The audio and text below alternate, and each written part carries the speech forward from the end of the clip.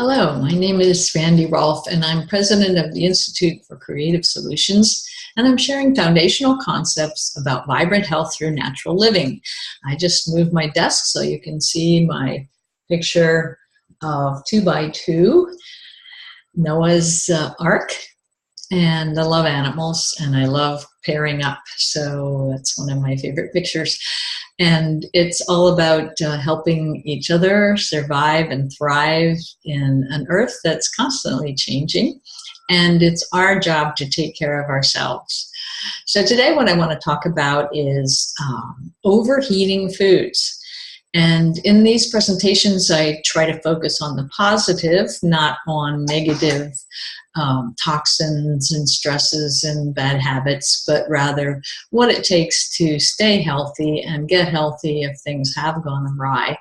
But today I do want to talk about overheating foods because there has been a lot of recent attention to acrylamides, which are kind of a sort of plastic that come from overheating carbohydrates and some fats, and some other nasty stuff called heterocyclic amines, HCAs, and polycyclic aromatic hydrocarbons, PAHs, that appear in barbecued meats, grilled meats. And since this is the day before Independence Day and it's been a long holiday weekend for many, there's a lot of grilling and frying going on.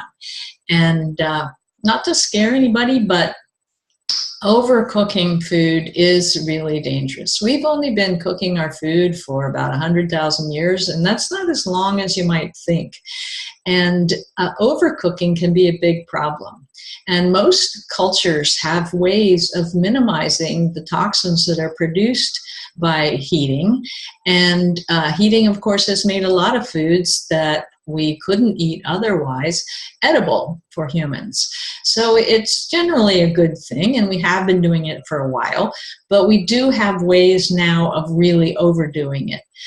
Getting our oils too hot, toasting too long, grilling with a really hot fire, and overdoing things. And there's been a lot of attention to the acrylamides in potatoes, prepared chips and French fries.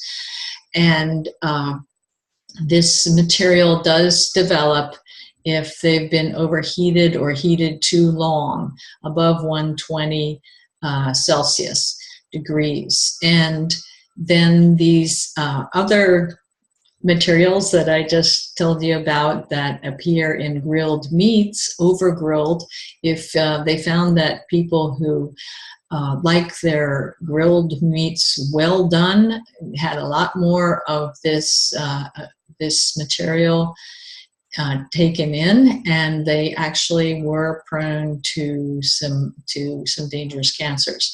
And same in studies of mice, they've found that the overcooked carbs that have the acrylamides are also seen to be carcinogenic. So we try to avoid the toxins in our environment that can disturb our cells in such a way that they can go crazy and become cancerous, or depress the immune system so that when cells do get cancerous, they don't get searched out and destroyed.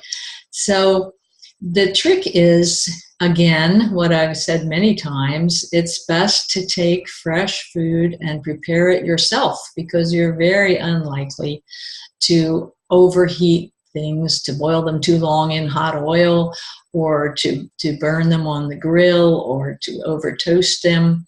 So it's just something to keep in mind when you're cooking at home. Prefer your food cooked but not burned.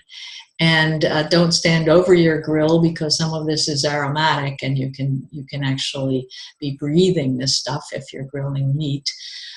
And also watch the commercial things that you purchase.